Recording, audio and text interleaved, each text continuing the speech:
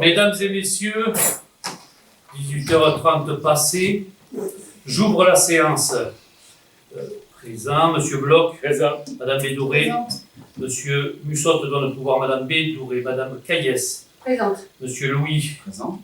Monsieur Prat donne le pouvoir, Monsieur Bloch, Monsieur Caillès, Présent. Madame Bonneseur, présente, Monsieur Dubourdieu, Présent.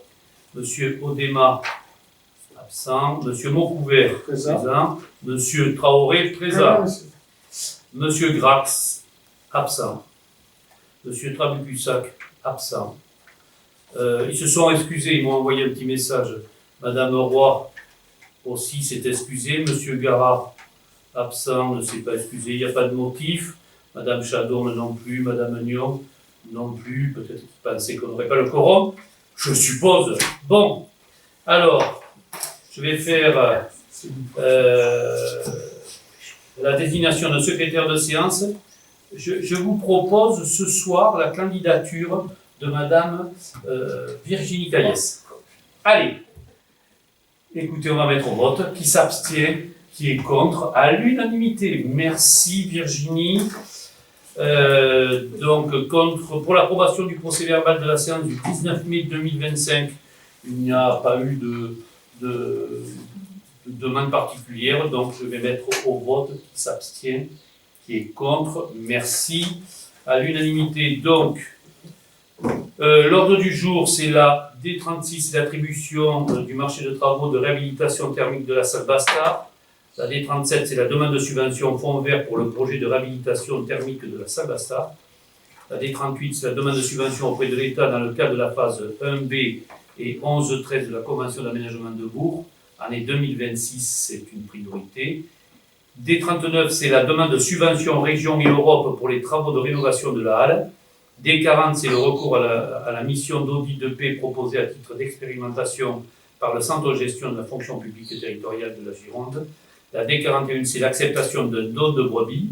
La D42, c'est la convention de valorisation des déchets de cuisine et de table produits par le restaurant scolaire. La D43, c'est la modification du contenu du règlement intérieur, APS, pause méridienne et restaurant scolaire.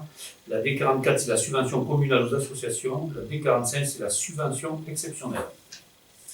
Bien, alors, compte rendu des décisions prises par délégation du conseil municipal au maire, il y a des nets nettoyage bâtiment pour 528 € TTC, il y a l'amolie traitement thermite mairie, il y a le paiement aux aides d'équipement agents en situation de handicap et Technio pour la réparation de la pompe de l'Ariest. Alors, la D36 que vous avez sous les yeux concerne les travaux de réhabilitation thermique de la salle Bastard.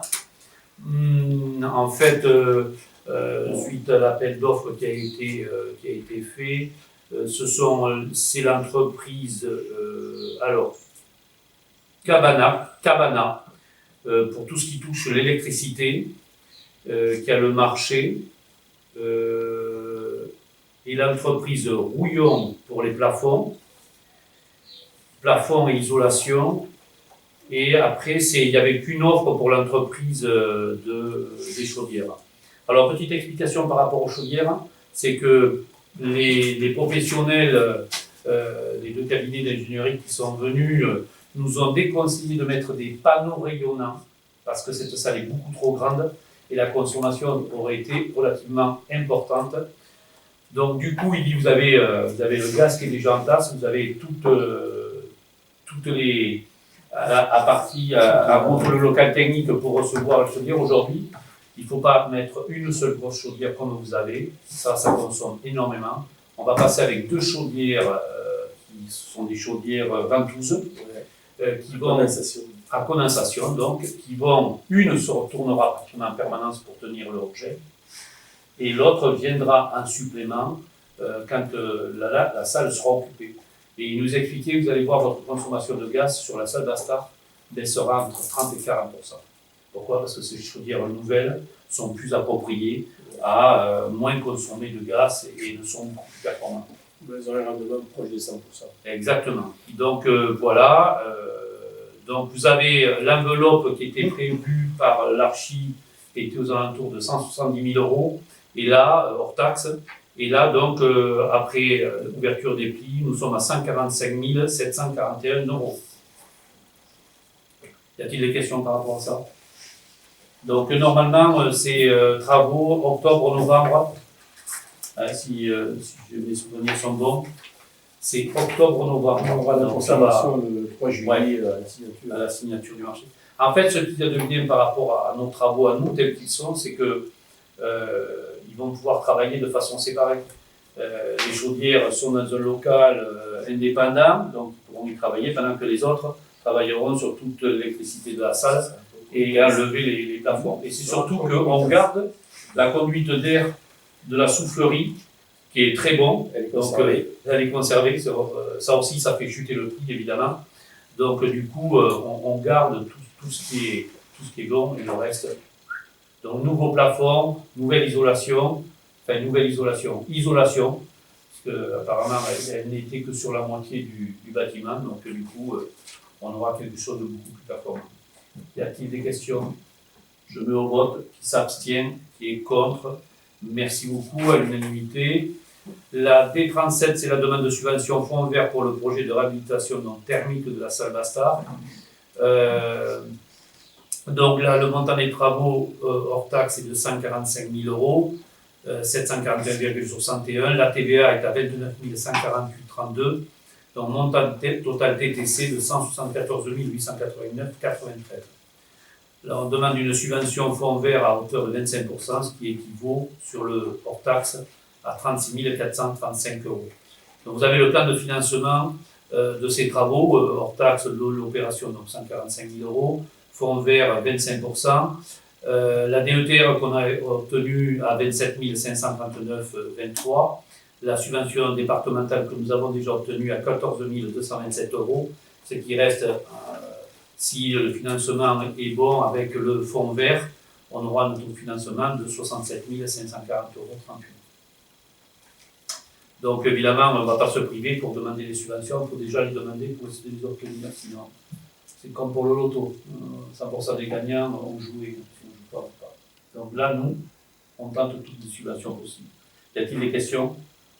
Je mets au vote. Qui s'abstient? Qui est contre? Merci.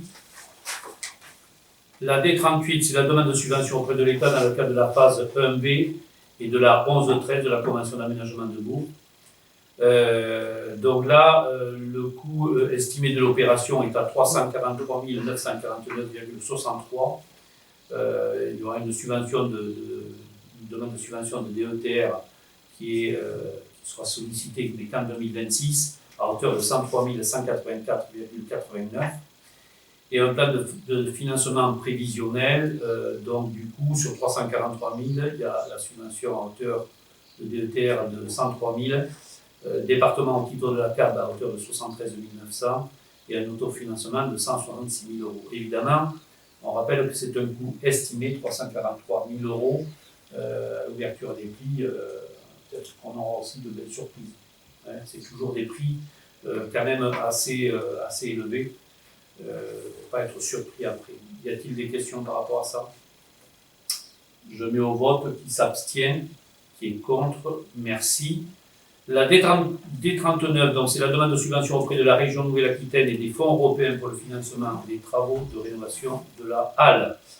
Donc je rappelle les différents objectifs de rénovation prévus dans la Convention d'aménagement de Bourg numéro 2 et fait mention de la rénovation de la halle située place Paul Doumer. Cette rénovation de la halle permettra de diversifier les événements culturels et touristiques et de repositionner la tenue des marchés au centre-bourg. La région Nouvelle-Aquitaine et l'Europe, au travers de leurs fonds, peuvent accompagner la commune dans le financement de cette rénovation. Donc, je vous propose qu'on dépose une demande de subvention auprès des services de la région et de l'Europe. Le montant estimé, donc, sur taxe 375 873. La subvention sollicitée pour la région Nouvelle-Aquitaine est à hauteur de 92 718 euros. Et la subvention sollicitée fonds européens est à hauteur de 100 000 euros.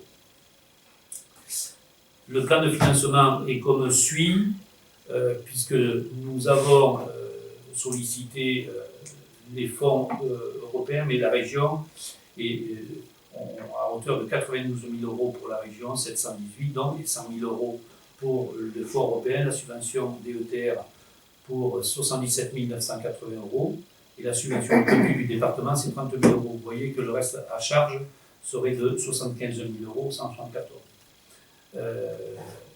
Tout en sachant que c'est déjà obtenu pour le département. Donc on s'est présenté il n'y a pas très longtemps avec Maud devant la commission pour les fonds FEDER pour obtenir les 100 000 €. Donc on sait qu'on va être subventionné. On attend le retour avec l'arrêté d'attribution pour vous dire le montant exact qui sera le nôtre, mais on sera très proche des 100 000 €. Voilà. Et pareil pour ce qui concerne la région. Après, il faut se rappeler que ça, c'est au prorata. Du coup, évidemment, si le coût de la restauration est moindre, ça sera proportionnel au montant des travaux réels. Y a-t-il des questions par rapport à ça? Je mets au vote qui s'abstient, qui est contre, merci. La D40, c'est le recours à la mission d'audit de paix proposée à titre d'expérimentation par le Centre de gestion de la fonction publique territoriale de la Gironde.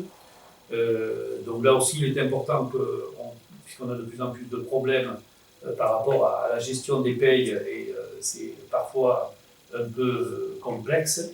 Il y a parfois des erreurs aussi, alors toute erreur est humaine, mais si on veut les minimiser, parce que ce sont nos agents que l'on paie, et quand c'est en leur défaveur, évidemment, ce n'est pas forcément agréable. Et on peut bien le comprendre. Donc du coup, le but, c'est de pouvoir avoir un contrôle plus approprié et en plus, je vous rappelle que nous, on cotise au centre de gestion, donc c'est bien aussi, puisque c'est un service pour le moment gratuit. Donc c'est bien de voir un peu ce qu'il en est, pour savoir après ce que l'on pourra être amené à faire ou pas. Y a-t-il des questions par rapport à ça? Je mets au vote qui s'abstient, qui est contre. Merci. La D41, c'est l'acceptation d'un don de brebis. Donc 15 brebis, il y a 15 brebis au total, c'est ça? 3 agneaux qui vivent actuellement sur le terrain de la steppe. Ces animaux entretiennent la parcelle sur laquelle ils vivent. Parcelle mitoyenne à la steppe actuellement. Les animaux appartiennent à M. Mohamed Traoré, ici présent. Il nous fait un don de l'intégralité. Les nôtres brebis sont décédées de leur belle mort, celles que nous avions achetées il y a quelques années. Donc c'était bien qu'on puisse les remplacer. Donc vous avez tous les frais de vétérinaire et les identifications qui ont été réalisées avec les frais de tonte. Et puis, comme on a été dénoncé par rapport à l'entretien de ces animaux à la SPA qui est venue, ça a été une très bonne rencontre, très enrichissante, puisque ça a permis de faire évoluer tout ce dossier dans le bon sens. Et donc, tout le monde en est ravi. Et elle aussi, la dame de la SPA, qui a compris que nous n'étions là que dans l'intérêt des animaux. Donc, je la remercie aussi au passage pour les discussions qui ont été, les rencontres qui ont été nôtres. Y a-t-il des questions par rapport à ça? Je mets au vote qui s'abstient, qui est contre, merci. La D42, c'est la convention de valorisation des déchets de cuisine et de table produits par le restaurant scolaire. Non, il n'y a que la ligne qui s'est abstenue. Excusez-moi. Alors, les déchets, la restauration collective scolaire de la commune de Barsac est considérée comme un producteur de biodéchets alimentaires. À ce titre, la commune doit avoir une politique de lutte contre le gaspillage et de gestion des biodéchets. Je vous propose de mettre à disposition d'un propriétaire de chien de meute les biodéchets produits dans son restaurant scolaire, dans notre restaurant scolaire. Ainsi, le collecteur s'engage à récupérer chaque jour des exploitations du restaurant scolaire les déchets de cuisine et de table dans l'unique but de nourrir les chiens de sa meute. La convention ayant été préalablement adressée aux membres du conseil, monsieur le maire n'en donne pas lecture. Donc, vous devez me donner autorisation d'engager toutes les démarches nécessaires au bon déroulement de cette mise à disposition et à signer la convention. Vous avez des questions par rapport à ça? C'est un gros problème pour nous, mais tu sais, comme pour beaucoup de communes, on n'est pas la seule à signer des conventions avec avec des propriétaires de meutes, et je trouve que c'est une très bonne chose. Ouais. Oui, et puis en même temps, ça va nous permettre, comme disait Philippe, de connaître le poids de nos déchets. Parce que les déchets vont enfin être triés et on aura une idée de la partie jetable et de la partie récupérable. On va mettre de la viande, proposer de la viande aux enfants. Et proposer de la viande. Mais il y a aussi beaucoup de légumes. Et ça, c'est bien aussi pour nous enfants, il y a de la viande, des légumes. Et d'ailleurs, je tiens à signaler que par rapport à la cantine, il y a eu, lors du dernier conseil d'école, beaucoup de remerciements sur la nourriture. Oui. C'était une très bonne cantine. Donc, je le dis et je le répète, et je dis merci à Frédéric et à tout le personnel qui prépare, qui cuisine, comme Frédéric et tous ceux qui sont au service. Et je salue le travail de tous les agents communaux. Oui. Y a-t-il d'autres interventions à ce sujet? Non. Je mets au vote qui s'abstient. Une voix, Madame Couvert, qui est contre. Très bien, merci. La D43, c'est la modification du contenu du règlement intérieur de pause méridienne et de restaurant scolaire et accueil périscolaire. Je vous propose de mettre en place une inscription annuelle au restaurant scolaire et non plus quotidienne. De fait, en début d'année scolaire, les parents inscriront leurs enfants pour la totalité de l'année. Les absences avec justificatif médical seront prises en compte et le repas déduit de la facturation. D'autres modifications à la marge et des mises à jour ont été portées en rouge ou barrées sur le document transmis. Le règlement y a été préalablement communiqué aux membres du Conseil, il n'a pas fait lecture en séance. La mise en application est proposée dès la rentrée de septembre 2025. Je rappelle que ce fonctionnement est celui-là au collège et au lycée. C'est comme ça, et dans beaucoup d'autres écoles. On était un peu à la traîne par rapport à ça. Il est temps qu'on fasse comme tout le monde, parce que c'est la meilleure des solutions pour nous. Y a-t-il des questions par rapport à ça? Non. Je mets au vote qui s'abstient, qui est contre. Merci. La D44, c'est la subvention communale aux associations 2025. Écoute Philippe, je vais te laisser présenter puisque c'est le travail de la commission. Donc la commission association s'est réunie le 19 juin 2025 pour proposer les montants de subvention. Monsieur le maire propose que soient votées les subventions suivantes au profit des associations par sa caisse. Donc, en fin de compte, il restait deux associations qui avaient remis leurs documents en retard et sur lesquels n'avait pas pu statuer la commission lors de l'élaboration du budget de cette année. Donc, il restait le cyclo-club Barsaquet, 460 €, ça n'a pas évolué par rapport à l'an dernier. Et le vélo-club Barsaquet, 460 €, eux aussi, ça n'a pas évolué depuis l'année dernière.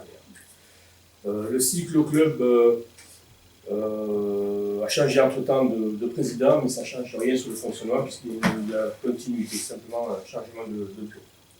Voilà. Donc, ce qui expliquait aussi le fait que les documents n'aient pas été remis en temps et en heure au moment où ils devaient être donnés. Voilà. Y a-t-il des questions par rapport à ça?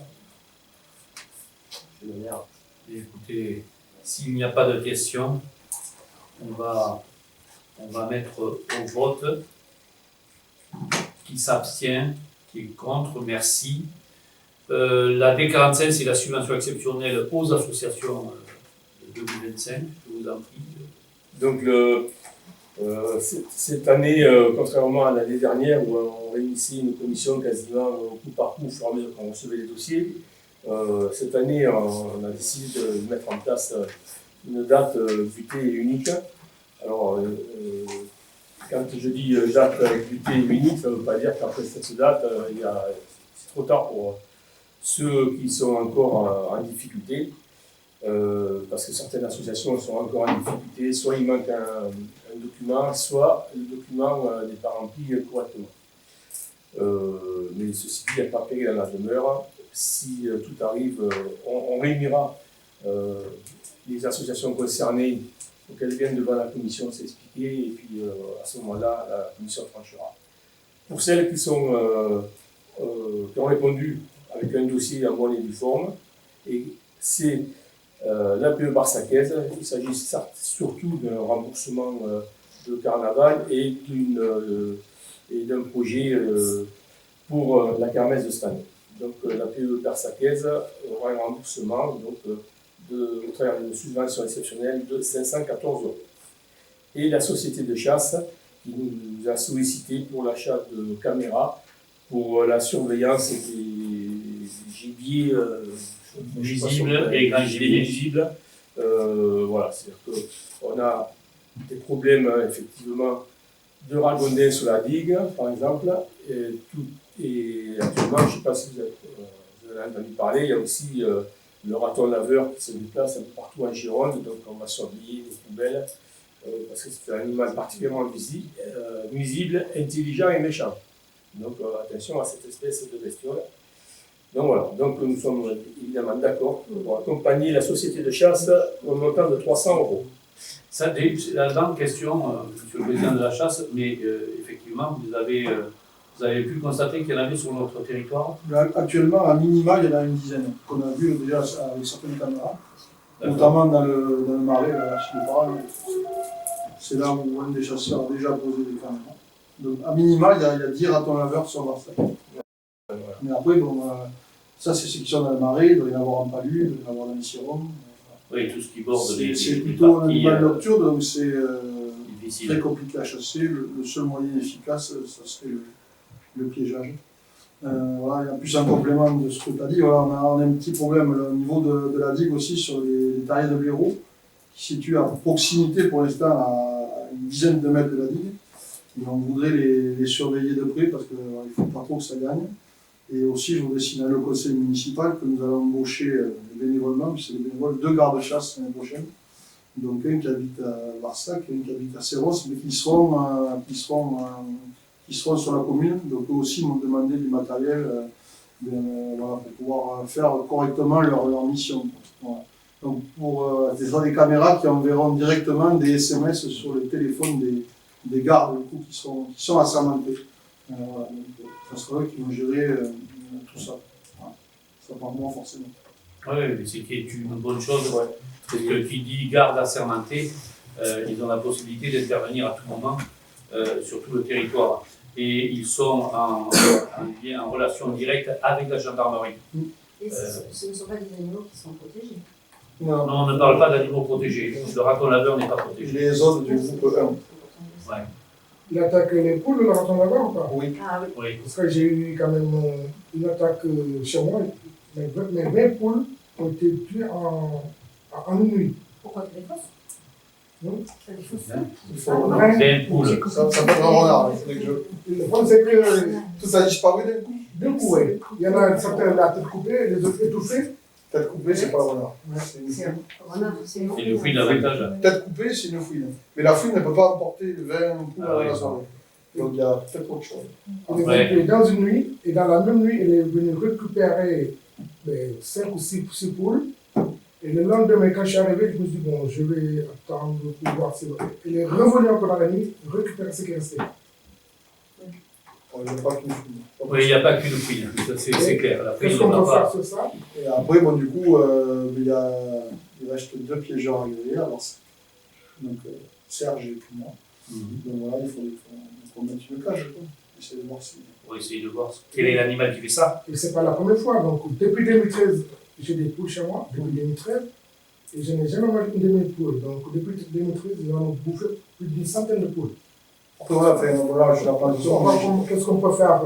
Déjà, même l'ensemble de la population, il faut nous faire remonter ce genre d'informations pour qu'on puisse après intervenir. Parce que moi, je l'apprends qu'il fait sans poules. Je sais quoi. Oui, parce qu'il a un grand terrain, t'as vu, donc il en met partout les poules. Mais c'était fermé, donc Ouais. ils ont passé par-dessus. Ah non, mais ça, de toute façon. Après, bon, le meilleur moyen de protection, c'est de les fermer la nuit. Oui, je Ça, les c'est- rentrer si possible. Mais elles sont rentrées, mais elles sont passées par-dessous. Ah, voilà. Ah oui, il y a suffisamment d'espace pour que ça rentre. La fouine creuse. À mon début, j'avais pensé. C'est le propre de la fouine. Et il faudrait électrifier après. Ouais. C'est chiant. Bon, il y a d'autres questions par rapport à ça. Donc, je vais mettre au vote qui s'abstient, qui est contre. Alban Moncouvert s'abstient. Bien, l'ordre du jour étant épuisé, je vais juste, avant de lever la séance, vous dire que concernant les travaux la Grande Rue, vous avez bien vu, on ne peut pas les rater. Il y a eu quelques petits couacs au début par rapport à la communication, parce que c'est l'entreprise qui se charge de la communication, c'est la Colas. Pourquoi? Parce que ça a été vu dès le début avec eux. Pourquoi? Parce que c'est eux qui en sont, ils savent où ils en sont par rapport aux travaux. Donc au fur et à mesure qu'ils avancent, ils vont prévenir les gens. Alors là, il y a un très bon retour, parce que comme je suis tous les jours sur place et que je fais des allers-retours dans la Grande Rue, je peux discuter avec les gens. Il y a un très bon feeling qui est passé avec le chef de chantier, qui est Paul, où il est bien à l'écoute de ce qui est demandé et il n'hésite pas à faire ce qui est demandé pour pouvoir faciliter la vie de chacun. Donc ça, c'est une bonne chose. Et concernant l'avancée des travaux, ça se passe très très bien, évidemment, vous avez vu le temps, mais on ne rencontre pas de surprise, puisque là, ils sont en train de faire d'abord le pluvial. Après le pluvial, ils remontent le pluvial jusqu'en haut là, de la croix. Ils font cette partie-là et la voie de droite de la place de la halle reste ouverte. Alors évidemment, vous avez vu le sol, il est caillouteux, c'est pas pour ça que j'en vois pas qui passe un peu vite. Pourtant, c'est le camion défoncé. Et donc, ils vont faire ça. Et après, et donc, ils font le caniveau autour de la halle. Ils font tout le soubassement de la halle. Donc là, il va y avoir la pierre et tout ça. Il ne restera plus que dans le marché de 2027 à faire la halle. Mais toute la place de la halle, elle sera faite à la fin de cette tranche-là. Et après, ils vont remonter petit à petit. Et donc, il y a la programmation qui va être présentée là, dans le journal municipal. Mais cette programmation, elle est très large. Pourquoi? Au cas où il y aurait des problèmes rencontrés.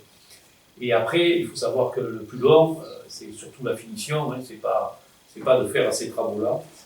À partir de lundi 30 jusqu'au 4, en gros, la départementale sera fermée à hauteur de l'église.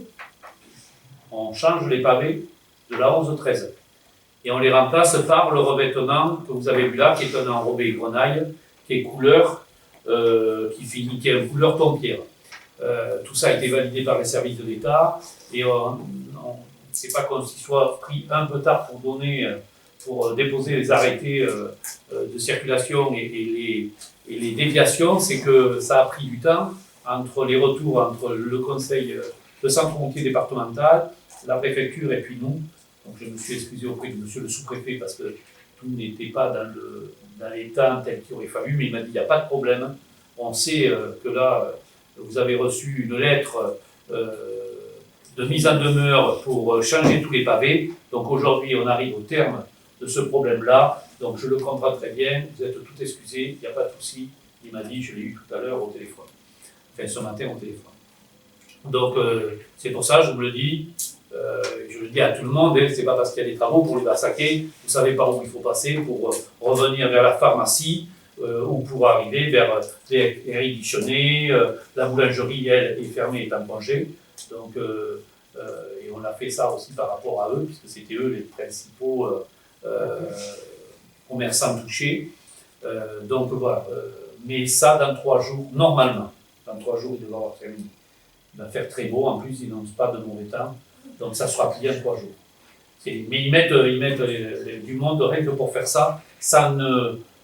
c'est pas ceux qui sont là, qui s'en vont là-bas, c'est une autre équipe. Donc ceux qui sont ici continuent à travailler sur cette partie du chantier. Et là-bas, c'est une équipe spécialisée qui vient faire ça. Voilà. Donc c'est ces travaux-là qui, évidemment, incombent un peu de gêne, mais même par rapport aux poubelles de ces montons, où ils sont en liaison permanente avec la Colas dès qu'il y a une déviation qui se met comme ça, pour faciliter la vie aux usagers pour sortir les poubelles. Donc ça ne pose pas de problème, ils ramassent quand même les poubelles sans aucun problème. Donc voilà, on n'a pas trop de problèmes avec les voisins jusque-là. Et évidemment, pour les petits couacs du début, je m'en excuse, mais c'est la Colas qui avait oublié d'aller distribuer correctement. Le chef de chantier là pour aller le voir, oui, tout ça, donc c'était à peine un jour, et demi après.